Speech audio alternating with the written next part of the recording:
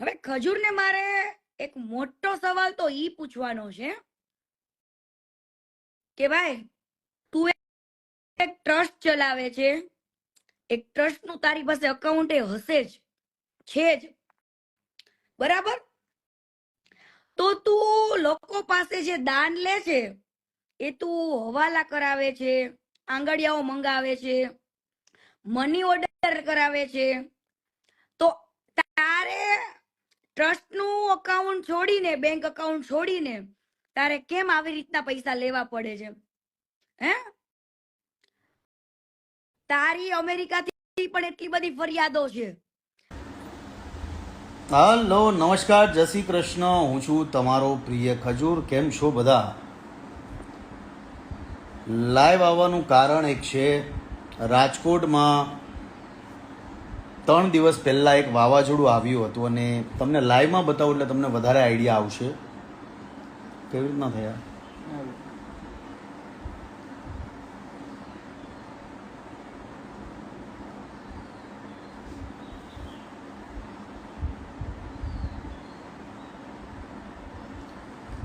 બે 3 દિવસ પહેલાં રાજકોટમાં વાવાઝોડું આવ્યું હતું અને એક માજી છે, વૃદ્ધ છે, જેમાં વાવાઝોડામાં એમના ઘરની હાલત એકદમ ખરાબ થઈ ગઈ છે અને કોઈ પણ વ્યક્તિ સપોર્ટ કરવા માટે નથી. તમને એ ઘરની હાલત બતાવું કે ઘરની હાલત કેવી છે.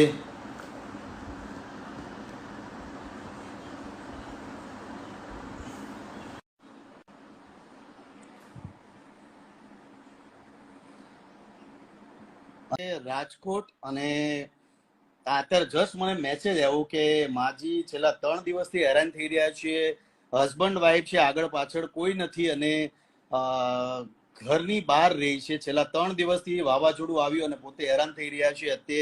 અત્યારે વિજયને મેં ત્યાં મોકલ્યા છે અને જે પણ એમની રિક્વાયરમેન્ટ છે તાત્કાલિક ધોરણે પૂરી થાય છે. પણ કહેવાનો ભાવાર્થ એ છે કે રાજકોટ બહુ મોટું છે અને બધી જ વસ્તુ થઈ શકે છે રાજકોટમાં. તો